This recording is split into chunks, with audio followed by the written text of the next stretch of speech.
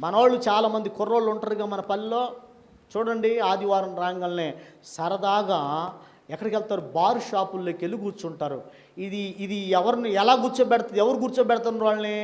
దయ్యమే కూర్చోబెడుతుంది. నా కుమారుడా, బార్ షాప్కి వెళ్ళి కూర్చుందాం ఈరోజు. ముందుగానే ప్లానింగ్ చేసుకుంటారు.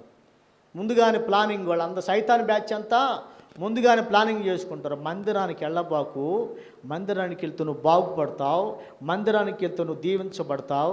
నా కుమారుడా, నువ్వు నా ముద్దు బిడ్డవని ఏం చేస్తుంది? కంపు కొట్టే స్థలాల్లోకి తీసుకెళ్తుందట సైతాను.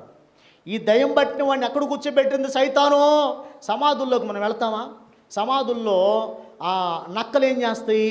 గుంట నక్కలు ఏం చేస్తాయి? సమాధుల్లో ఉన్న శవాలని పైకి లేపుతాయి. పైకి లేపితే ఏముంటుంది అక్కడ? వాసన.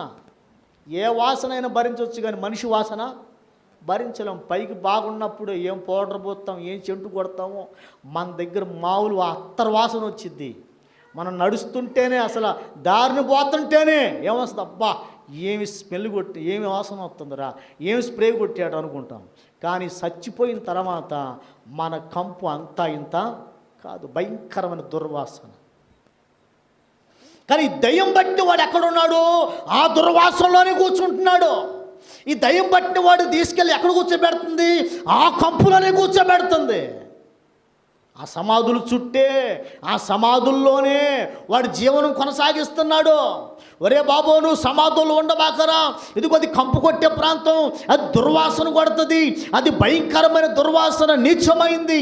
ఆ పాడైపోయిన స్థలాల్లో నువ్వెందుకయ్యా, నువ్వు రా అని బయటకు తీసుకొచ్చినా కూడా, సంకెళ్ళు బిగించినా కూడా, ఇదిగో చేతులకి కాళ్ళకు బిగించినా కూడా వాడు ఉన్నాడు అక్కడ? ఉండలా. ఎందుకంటే వాళ్ళు ఉన్నవాడు అపవిత్రాత్మ. వాళ్ళు ఉందేవరంట? అపవిత్రాత్మ. అపవిత్రాత్మ బట్టిన వాడు ఎక్కడుంటాడు? అపవిత్రమైన స్థలాల్లోనే ఉంటాడు. అపవిత్రాత్మ పట్టిన వాడు పవిత్రంగా ఉండలేడు.